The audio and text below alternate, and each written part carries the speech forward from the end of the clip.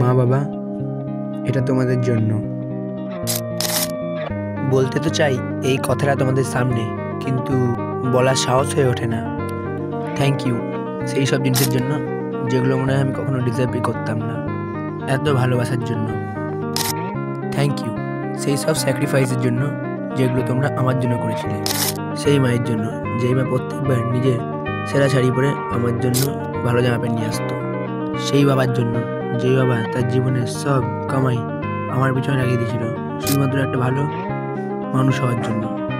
জানি না তোমরা যেমন আমায় বানাতে চাইছো তেমন মানুষ আমি হতে পারবো কিনা, যেই স্বপ্ন তোমরা দুজনে মিলে দেখেছিলে সেই স্বপ্ন পূরণ করতে পারবো কিনা, কিন্তু আমি চেষ্টা করছি। নিজের থেকে বেশি তোমাদের কথা ভাবছি।